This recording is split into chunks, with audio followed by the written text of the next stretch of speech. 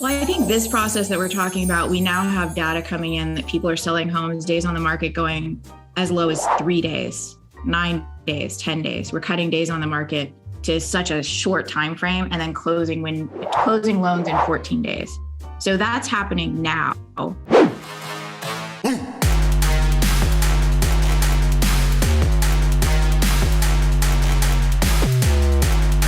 Because the management and transparency is what's very important. So once you submit a referral, you're going to have your own Home Advantage account, and it's going to tell you where everything sits. So if you have 10 referrals that you've sent into the network, it's going to give you all 10 referrals. It's going to tell you every milestone that that client is sitting in, whether they're touring homes, whether they're in escrow. And you now can manage through the Home Advantage application as far as what your pipeline looks like for the referrals that you've sent. And so it's pretty sophisticated, and it's all click of a button, guys. This is the first time we've reconnected since December. And for most of you that are going to be watching today, you're probably curious, what is the latest as it relates to what's coming down the pipe with the blockchain and our industry? And I already know, because we've texted, that there's some things we need to discuss today. But before we get into that, ladies, let me first say this. I've actually just got back from a 2-week travel binge. And I don't think you know this, but in my social media presentations, I always lead in with like where the future of tech is going. And I've really been talking a lot. Blockchain's one of those pieces of information that I've been talking about. Of course, AI and VR, AR, all that kind of stuff. So we might get some new listeners today because I've been standing on stages telling everyone, pay attention. Most people have these wide eyes like, holy shit, like what's coming down? And so let's start there. Let's kind of start with just kind of a rehash of what's happening, where we are on the latest, where is maybe you see the timeline on when this is going to actually infiltrate and take over our industry, the blockchain. So where are we? And then we'll get into the other updates that you guys sent me as well. So there's so much pressure right now on getting listings. If you're on the real estate side, if you're on the mortgage side, there's so much pressure to close loans, get loans in the pipeline for purchase. I think the conversion rate right now is like 10%. There are 3 million people or 20 million people in the United States have identified that they want to buy a house, but only 3 million will actually buy a house this year. That's what they're saying. So when you think about purchase money loans or representing buyers or who's in your funnel, if you're on the real estate side, it's going to be really competitive this year to get the listing and then close the listing. Given the interest rates keep going up, we have economic headwinds in the real estate space that might start trickling over into other sides of the economy. We have inflation, right? So the process of blockchain and the way we use blockchain is being every bank, every lender saying yes to us right now. I'll say that because everyone so desperately needs to cut the cost of origination and increase their ability to close loans. Give me that stat again. Was it 20 million you said? It's actually closer to like 23 million people in the United States want to buy a home this year, but only 3 million will actually do it. What are the reasons why only 3 million? Is it inventory or is it, what are the reasons? It's inventory, it's housing affordability. Like a mortgage payment now is now double what it was. A house payment was double what it was 2.5 years ago before COVID. And that's because we saw such a spike in housing costs or, the price, right? Price valuations have gone up. And then interest rates are double what they were 2 years ago. So when you put that together, the cost of buying a house, your monthly payment is now double what it was. So it's housing affordability plus inventory. And there isn't enough inventory coming online. Most inventory that's being built is going into apartments. So instead of condos, for example. So you just have total constriction. We never got up to the inventory and the building rates before 2008. So inventory continues to be a headwind. So as we discuss, and you mentioned that every lender you talk to, for example, is running to sign up for this because they need to cut costs. Let's assume we're talking to some people that maybe have not watched any of our previous webinars. And for those of you that haven't, These go all the way back to June. So we've got probably 6 or 7 of these. And so if you really wanted to go back from the beginning and watch, you absolutely could. But we'll give you the cliff notes here today. So what does that mean? What does that mean that it's going to save them money? What does that mean with that blockchain? With blockchain being introduced into our industry, it's actually going to make things a hell of a lot better. So the way that we use blockchain, let's wipe the slate clean about some misconceptions about blockchain and how we use it. We are not a crypto. We actually work with the Federal Reserve. We have advised in the past the SEC and then different levels of government about crypto and the real status of it. We do not sell homes as NFTs. We use it, as Sheila always says, a digital file cabinet, or think of it as Carfax for real estate. And so we have this running record of everything about the house. So we're putting all this information about the piece of property onto blockchain where underwriters and banks and lenders can see it. That results in fewer days on the market, fewer days in escrow. That's what Consortia does. Awesome. So then let's fast forward. And I don't want to spend too much time on that because there's a ton of content that they can go back and watch if they want to.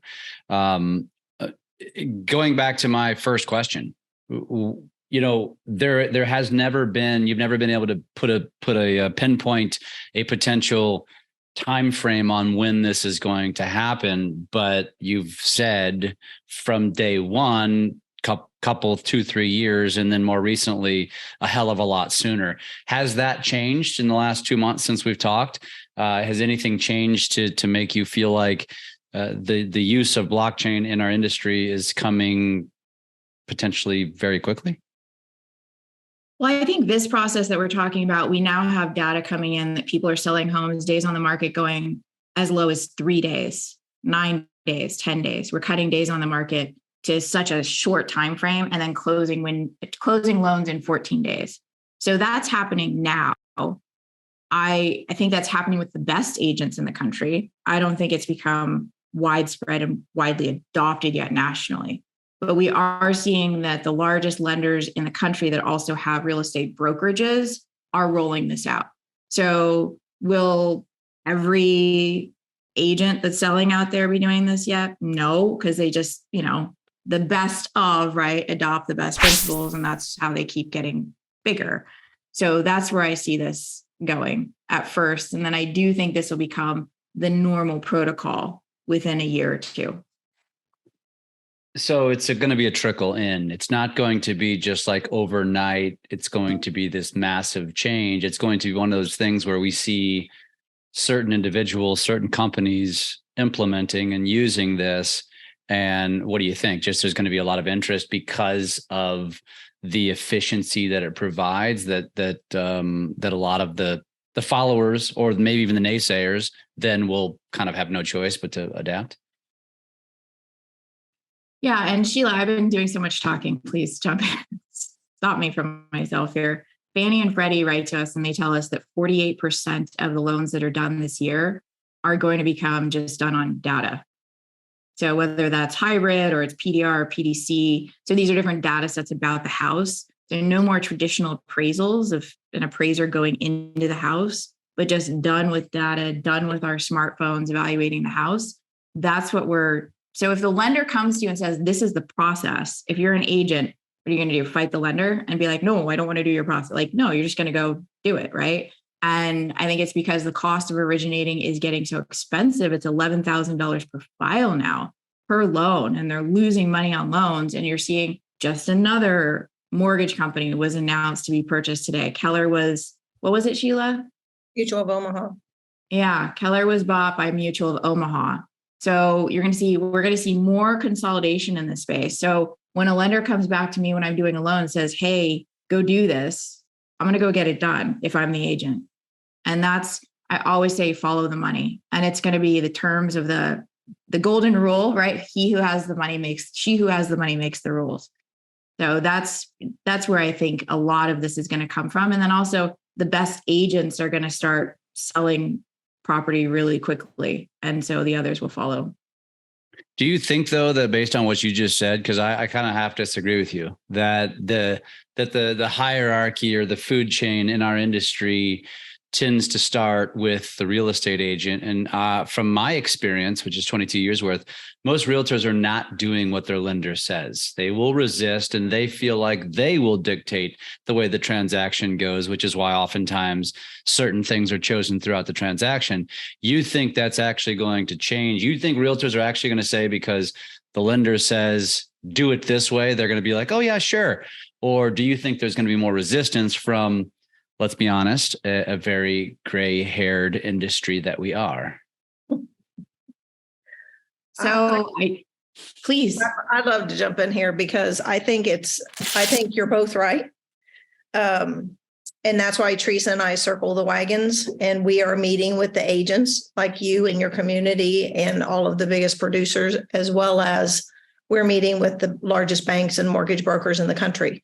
So there are a lot of mortgage companies that own their own real estate company, and we're working with those divisions to test it and make it tried and true before we roll it over onto just the straight mortgage side to the buyers coming into the company.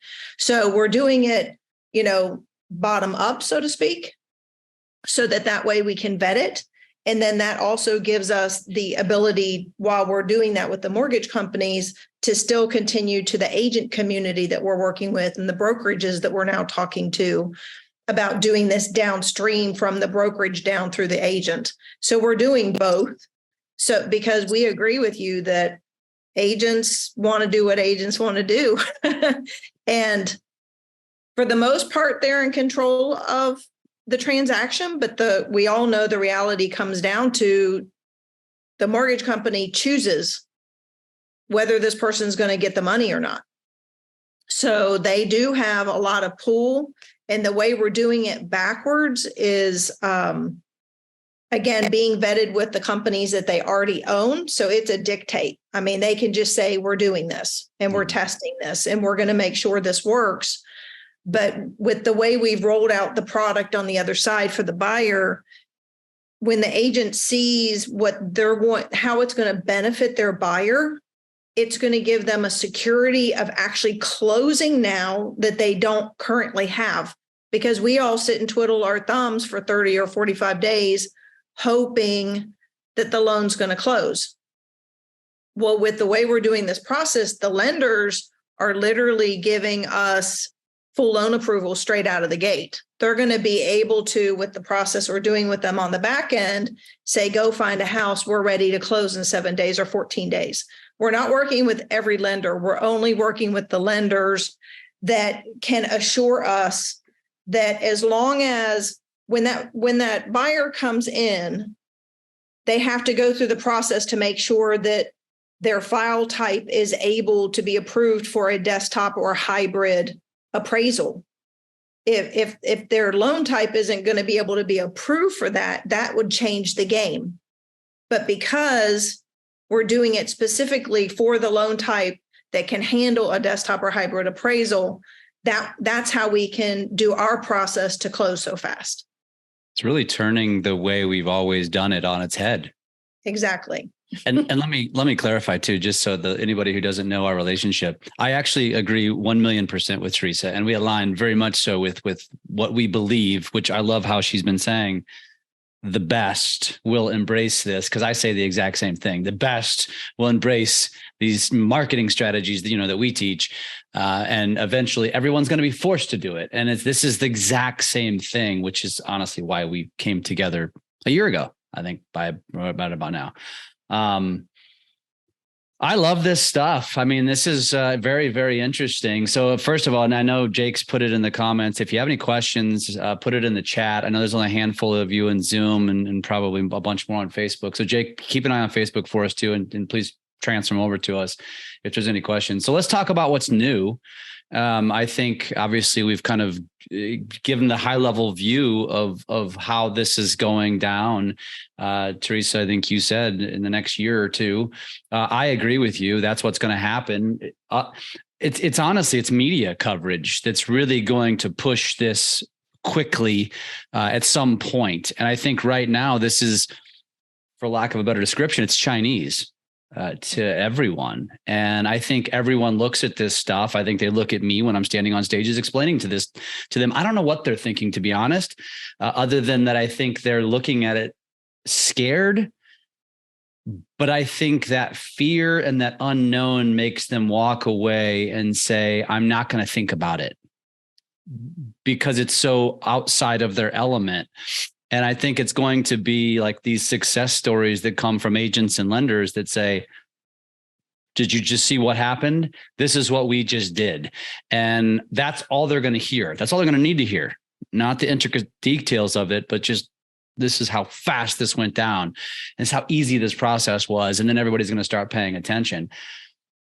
What is it that an agent can do? So those, the few that do pay attention to us, what is it that they can do to position themselves to be in that top 5%? I think what was really cool for us was hearing the CEO of one of the largest lending companies in the country. He was in his New York office, like he's in the middle of acquiring another mortgage company. It's so badass and baller, right? Like, because a lot of these mortgage shops are folding right now. They're underwater, right? They're losing so much money. So he's like in our meeting within 5 minutes, he got it. And he understood. He was like, actually, I want to do this for all my buyers and my sellers going forward. It was so amazing because he sees it as a way for him to do more deals, close deals faster and get through it. So what's really cool, I think, is that if you adopt this process, regardless if you're representing the buyer or the seller side, you can now push through a certified asset. So we've rebranded the product. It's no longer certified listing. So now you can control and move this faster, even if you're on the buying side. And we're just pretty jazzed about that because we know that like the top 20% of agents in this country control the listing inventory. So even if they're not yet aware of this process, then at least as the buyer's agent, you can guide the ship and close more quickly and have a more competitive offer. So I think that's been for us the most exciting change was just rebranding this completely. What that requires is that a buyer's agent gets in tight with their lenders. Real estate is nothing more than a financial transaction with a few pretty people in between. I know that might hurt and rub some people the wrong way, but like it is the biggest financial decision that people are making in their lives still for the ones who choose to buy real estate. So if you're a realtor on the buy side, it's a matter of getting in tight with your loan officer, finding the lenders who know how to accept this process, the ones who know the rules that are changing in Fannie and Freddie. If you don't know those companies, hit us up and we'll make the introductions to our friends who get it and who are on top of the regulations from Fannie and Freddie. Because not all lenders are created equal. I'll just say that. Some of them know what Fannie and Freddie are doing to move this faster, and others just don't have a clue. So we're happy to give guidance there. So if you're on the buy side, you get in tight with your lender, your loan officer, and say, this is the property. This is my client's loan application. This is what their LTV, so that's loan to value score is, and this is their debt to income score. Run this through with this property address and tell me how quickly I can get my appraisal done. Tell me if this is desktop ready, if this is a desktop hybrid appraisal. So if you're that agent, that's what you need to know how to say to your LO. And if your LO like looks at you like you're speaking Chinese, it's time for a new LO. Like bottom line, that's when you call us and you're like, hey, we need a referral into a better lender. That's pretty fascinating. Is there any certain, is it still going to be required that they have that certification that they can get through Consortia? No, this is available to anyone. These are Fannie Freddie underwriting guidelines. It just so happens that the Consortia is the only company that knows how to roll this out on the realtor side. And I think that's our value add in the industry. That's awesome. So let's talk about what's coming down the pipe as well. Then you just mentioned one, but what else did I know there was several topics that you wanted to talk about. What else do you have to share? Where do we start, Sheila? What do you want to talk about? What's going to be the most relevant that can be understood by the audience in today's world? I think that our currency is going digital. I think you got to know that that's coming. That's like probably the biggest thing. And if you're not money laundering, you have nothing to worry about. You're totally cool. Exactly. I actually had a very large national lender friend call me last week and said, "What is going on? Tell me, catch me up." And when I started explaining what's happening with the Fed and with the currency, he's like, "Oh my gosh, that means all my money in my safe." And we were just going on and on about where to move it and how to make sure that you don't lose it. But it just, a lot of people just don't understand that the Fed, it's called Fed Now, you guys. It is public information. It's hidden in plain sight. And the Fed Now's the new rail coming out. They're already doing a pilot. They started it last year with all of the biggest national banks. It's all online. And they're releasing it between May and June of this year. Teresa and I are meeting with them again to talk about the pilot for the real estate industry. I think that's the end of this month or beginning of next month, to do a test prior to for real estate. And then the currency will come out after they release that.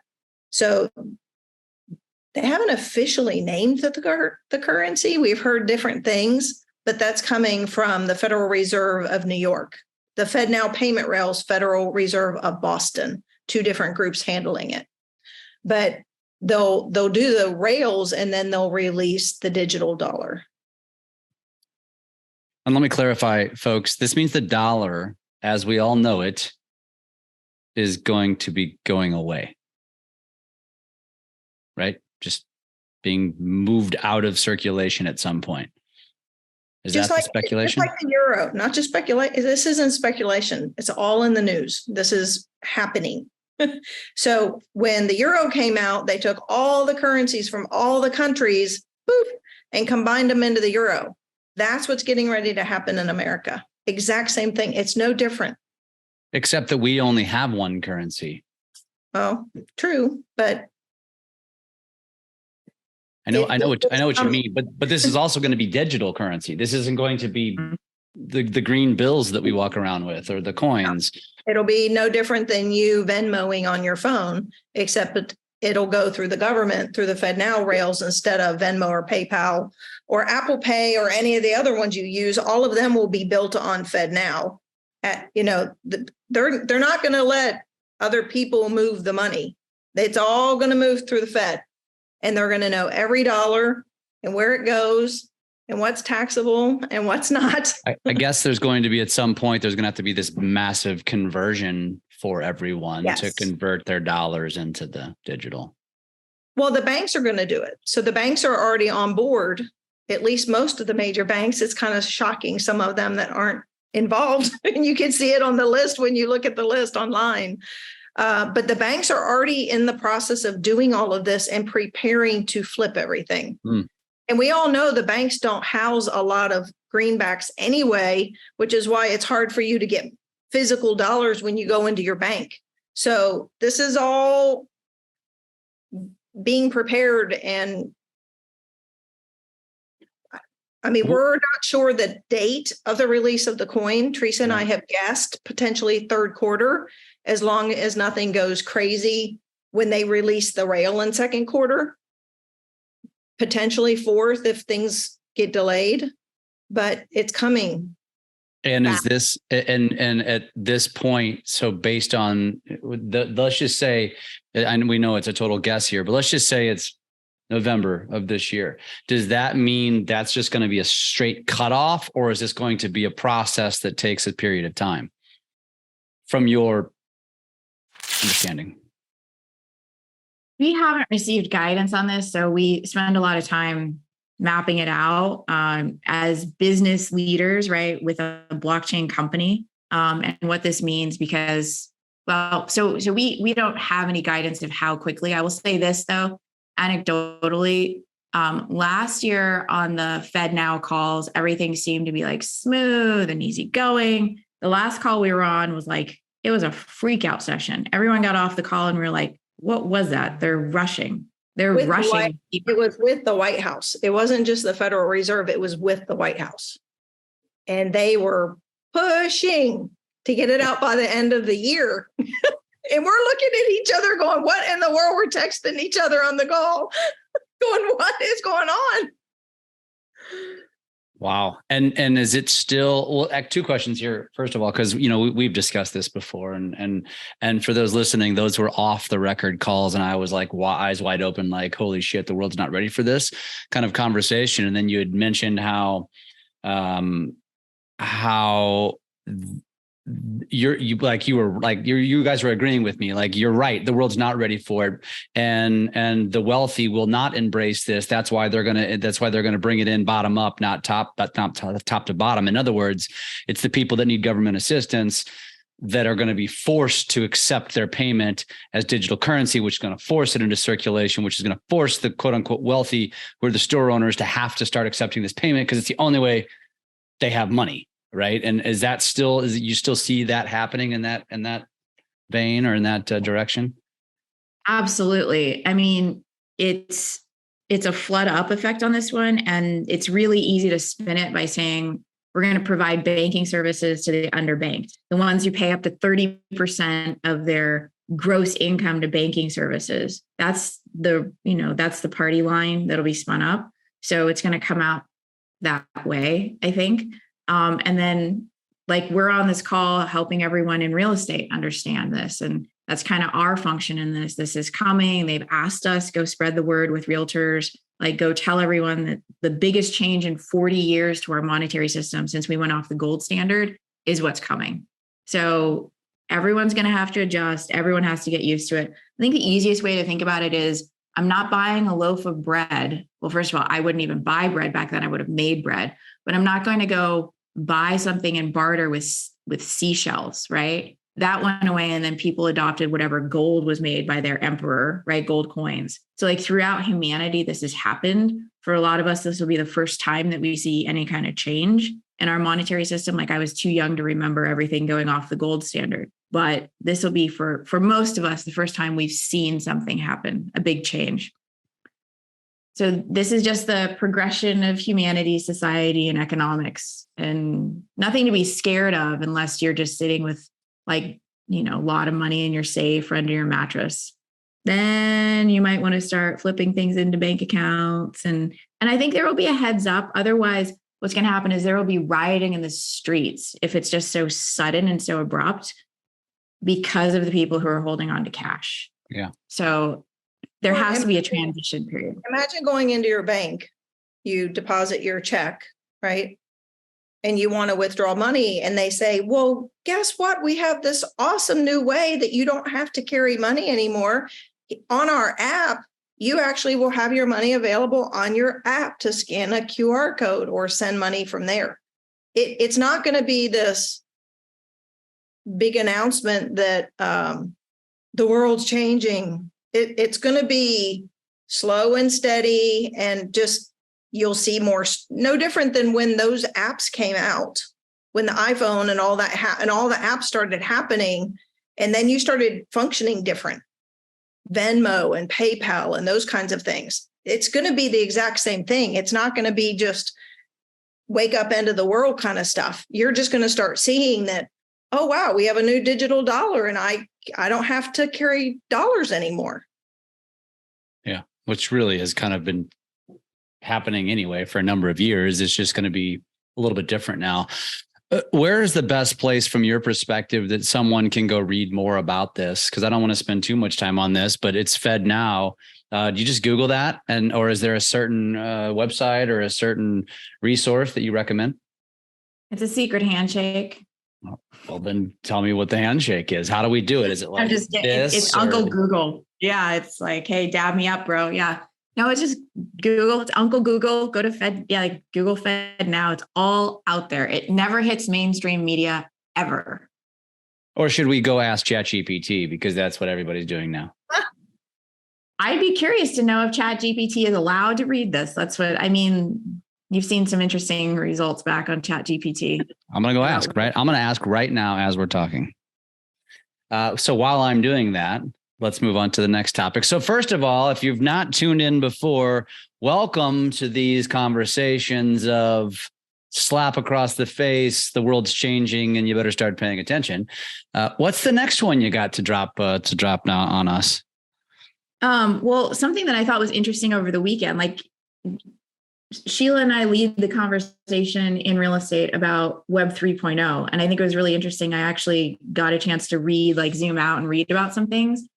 Did you know that like there is Web 4.0 and Web 5.0 that have already been defined? It's so crazy. And what I think is funny here is that Consortia is building Web 4 and Web 5. We actually have that like integrated into our tech stack already. And I didn't even know it was named. Like someone named the baby. I had no idea. Like everyone, and we're tech people, we're tech heads, we're leading this conversation. So Web 4 and Web 5 are already here. Web 6, my best friend defined Web 6 over the weekend too. Web 6 will be the AI that's layered onto Web 5 for all the other ones past. So we're going to name that baby now. Web 6 is AI. Boom, I did it. And I can give credit to my best friend. Like AI on blockchain. I'll give you. Web 6 AI on blockchain. Mm-hmm. Yeah. Interesting. And by the way, ChatGPT is giving me an answer as I'm listening to you. Here, I just pulled up Jasper. Let me share my screen. Let me show you exactly what it said. So first of all, if you're not familiar with ChatGPT, get with the times, go get yourself a free account. But this is what it just said. So I just said, when is FedNow coming? And there's its answer. Can you see that? Yeah. So it knows. Yeah. Pretty interesting. And I mean, this stuff is, it's off the charts, but I mean, again, as you guys know, I mean, I part of my brand, and I tell this to my audiences, is that I have nothing to gain from telling you guys about this other than just doing my duty to my industry to say, you probably going to be the first time you heard of this stuff was the jackass wearing a hat on stage who told you all about it, and you're going to remember me. You guys are the reason why I know about this stuff and why I'm passionate about continuing just interviewing you guys, even selfishly. I don't care if nobody shows up. At least I get to learn about it. And it's, I don't know. What do you say? How about this? What do you say to the naysayer who says this is conspiracy talk and this will never happen? Already happening. It's beyond like our choice. Like no one asked you if you like buying your groceries with a greenback. No one asked you that ever. No, as I tell my kids, I'm like, no one cares what you think when they debate chores. I'm like, tough shit. Do it. Pretty much, yeah. Deal with it. Yeah. I mean, this stuff is coming. It's coming super, super fast. What would you say is probably next as it relates to this? Man,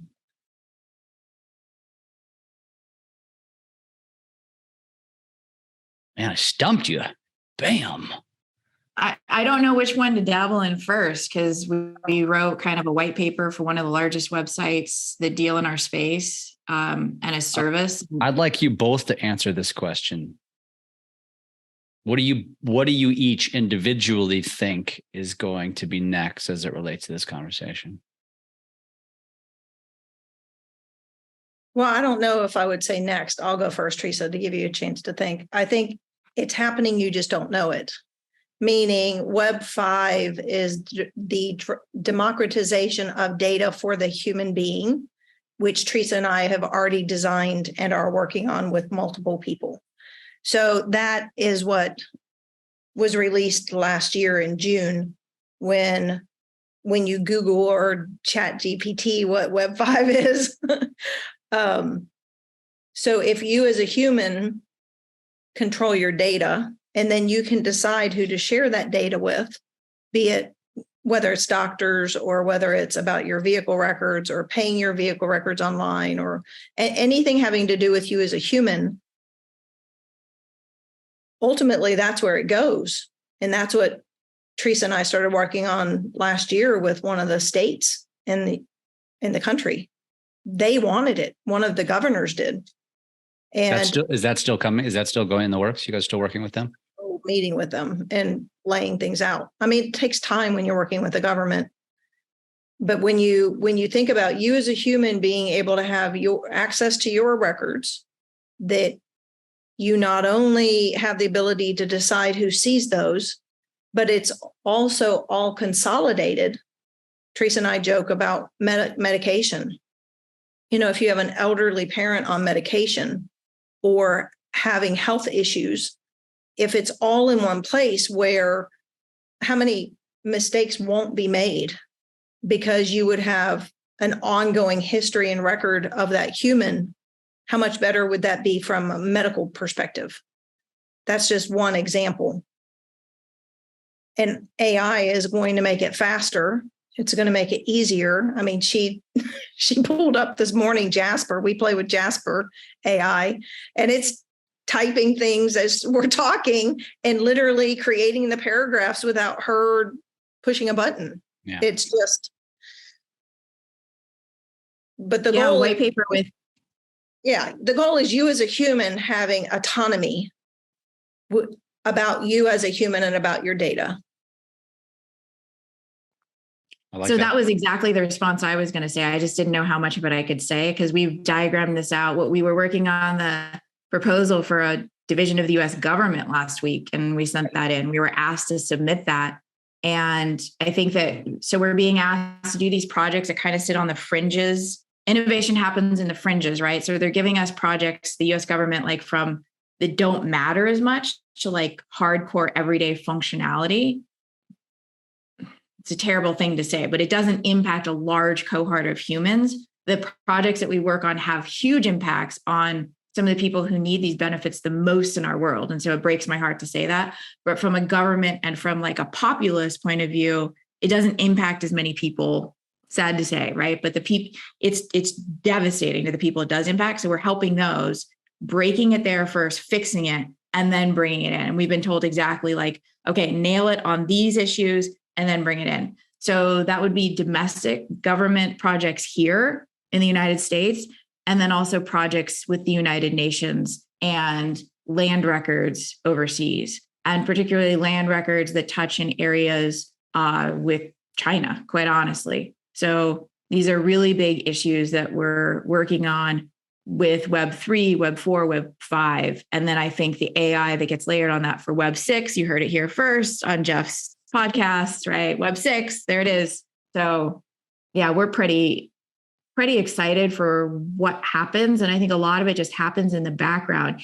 And when you layer that in with what FedNow and the digital currency is going to be able to see between two parties that are exchanging money, the amount of human verification is going to be insane. Because if I'm going to send money to Sheila, the intermediary, which is the bank and the Fed, the information they're going to be able to see between us, all about Sheila, all about Teresa, like is going to be insane.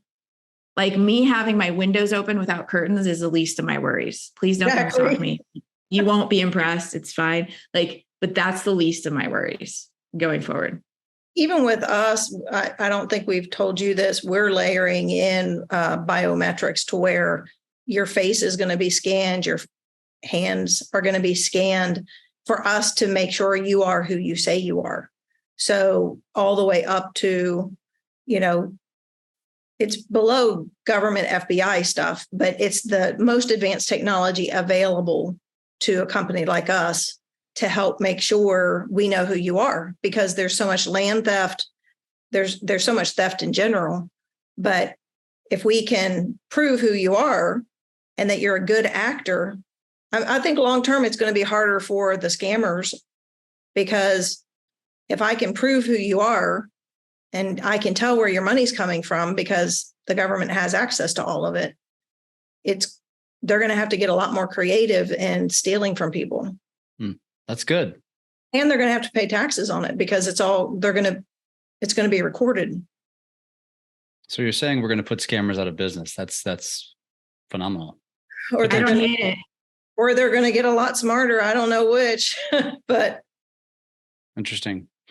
Last question, somewhat unrelated, but kind of not. how are you guys using AI? So if you go read, I did a white paper, I think it was like the first week of January. It's on my LinkedIn. It was forwarded between people and reposted in industry. That was all written by AI, the whole thing.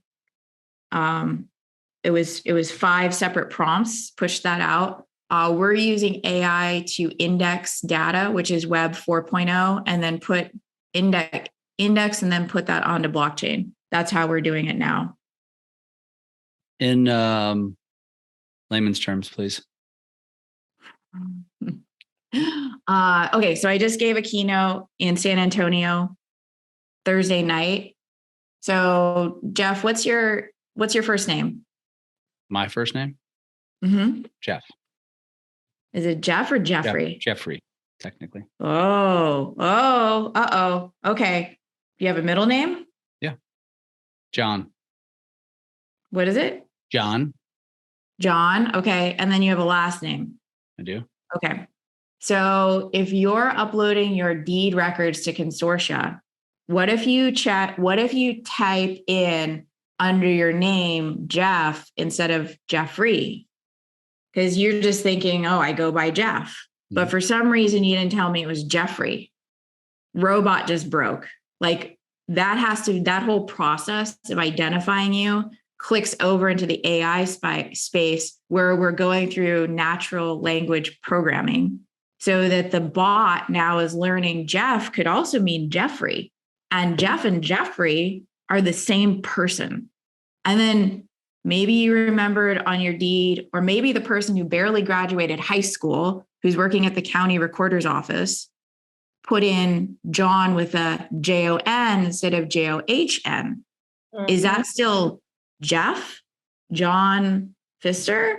I don't know. But the robot has to be able to read that and know that's who Jeff is. And that is the most basic level of AI that we're doing right now. That is like baby steps, right? But this is stuff that we have to be able to figure out. Now let's go into other countries where the last names are like 12 letters long, or those people are now here and they register it here. How much of a percentage hit does the robot calculate and say that this is Jira? I can't even pronounce Jira. She's an agent who sends me loans. Is this Jira's last name? Does Jira own this piece of property? Which when you describe it like that, though, it makes it sound like it's got a long ways to go. But that's almost the human side of this. I feel like AI is going to crush the data side because it's going to be able to scour, the wavelengths, the airwaves to find whatever it needs to find. You can ask it anything, it'll be able to answer it. But when it comes to basic things like Jeff and Jeffrey, you say basic, but really not. Like you're training a robot to think like a human, kind of, right? I mean, which is kind of freaky. Yeah. But we have to do it for what Teresa's saying. We have to be able to do it because we need to match you to your deed. Yeah. So if you own a foundation or a trust, or you buy homes in an LLC, we can't just say, Jeffrey, we need to know Jeffrey owns that LLC. And we need to match you to make sure that the humans attached to their properties. Yeah. Anything else for today's lesson? I feel like we should stop now before my head explodes. And I've had these conversations. Noodle on. That was good to noodle on. Yeah, it is. I think a lot of those that do watch this will probably leave this and spend an hour doing some research. And as you probably should, I think, that'll be my last question, is that understanding the opportunity that exists by being an early adopter, because you already know how I feel about that. And I preach that, and we've seen it, with social, we saw it with TikTok, the early adopters gain the most followers and probably the biggest opportunities. And that will continue to be the way it goes. With this, is there an advantage to being an early adopter versus somebody who kind of just plays wait and see? Absolutely. So I think the world is going to be, you'll have a future in this new world if you're a digital creator. if you understand how to manipulate and use these tools to your advantage, you're going to do just fine. Let me give an example. 10 years ago, I'm looking at schools in San Francisco, and we have a lottery system in San Francisco. And people say, oh, as soon as your kids are 5 years old, you got to move out of the city because the schools are such crap. And I was like, I don't know. Statistically, you've got some schools here that are better than the private schools if you dive into the data. And I was like, how do I? And my sister said something to me, my older sister. She said, when I lived in the suburbs, I was like, Jan, I think I'm going to move back to the city, which nobody ever does. But I'm scared of the schools. And Jan was just a witch, really, of a personality. I love her. And she's like, you're a clever girl. You'll figure it out. And she meant that in the best of ways. And that's the way Jan was. If she blessed it and she told you go do something, like, you better believe that's what you're going to go do with your life. So I was like, okay, Jan's always right. She's never wrong. Figure it out, Teresa. And I figured out that there was an algorithm that the lottery system played off of. This was 10 years ago. And what did I do? I got my kids into a nationally best school because I figured out the robot. I put them in an opportunity and a path for success. I did that. And I did that for my family. So that saved me, what, $50,000 a year per kid to not put them into private school. What does that translate in your life? If you're able to go study ChatGPT, study Synthesize, and study Jasper AI, and then just go look at your business, right? I'm looking at my notebook, my convoluted notebook. What do you have to do today in your life? And what's one small step that you can take playing with these technologies today? That's my challenge to people who are listening to this call. Go try one thing, right? Go write one email with AI. Go do one social media post with AI. Just one little step and play with it. And watch how your brain expands from that one little thing that you do in your life. Like, Sheila and I didn't go to MIT. Like, there's not a line of coding in my LinkedIn. My resume doesn't have anything technical in it. And here we are. And we're two middle-aged women who are running this company, and the government turns to us for solutions on blockchain. So I would just say, like, if you want to succeed in the future, if you want that future for your family, like I wanted for my kids to go to a good school, you're going to figure it out. It's just, how badly do you want it? That's a very good ending right there. I will not ask another question just because that was a mic drop. I love it. Thank you, ladies. As always, it's a pleasure. I enjoyed this very, very much. So today your homework is to go Google some things, go sign up for ChatGPT if you haven't already, go ask it some questions, go learn. Where can they learn more about Consortia? reconsortia.com. Thank you for having us, Jeff. You're a saint for doing this. I know, like, it's a commitment that you do for the industry, and you do it for yourself so you can learn too. I think that's a large reason of, like, why our team has meetings too. We're always learning together. So, but your willingness to share this with the entire industry and community, I think, is amazing. Thanks for having us. Thank you. And thank you all for being on the back end and listening and watching. And we'll see you guys next time.